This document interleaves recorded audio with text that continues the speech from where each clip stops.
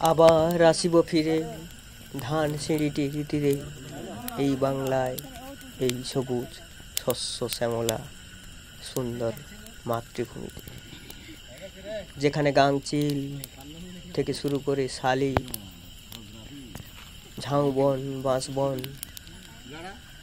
সব কিছু থাকবে। সেখানে আবার ফিরে আসবে মানুষ, পশু পাখি, গাছপালা, নদী, আকাশ বাতাস। কিভাবে ফিরে আসবো আমরা কেউই জানি না।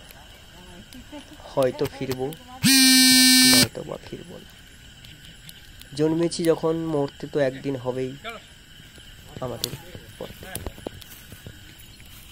তো মানুষ রূপে জন্মেছি, প্রাকৃতিক সৌন্দর্য, মায়ের আদর, মাতৃভূমি সব কিছু দেখে আমি নিচ্ছি আমার কাছে নিচ্ছি। ফিরে যেতে হবে এই আগুনে। তোমার এই সুন্দর অহংকার দাম্ভিক শরীরটা একদিন এইভাবে দাউ দাউ করে আগুনে চলে।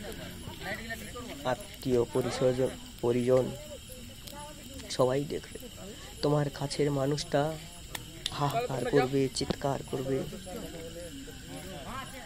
তোমার শরীরটা তখন আস্তে আস্তে পুড়ে ছাই হয়ে যাবে।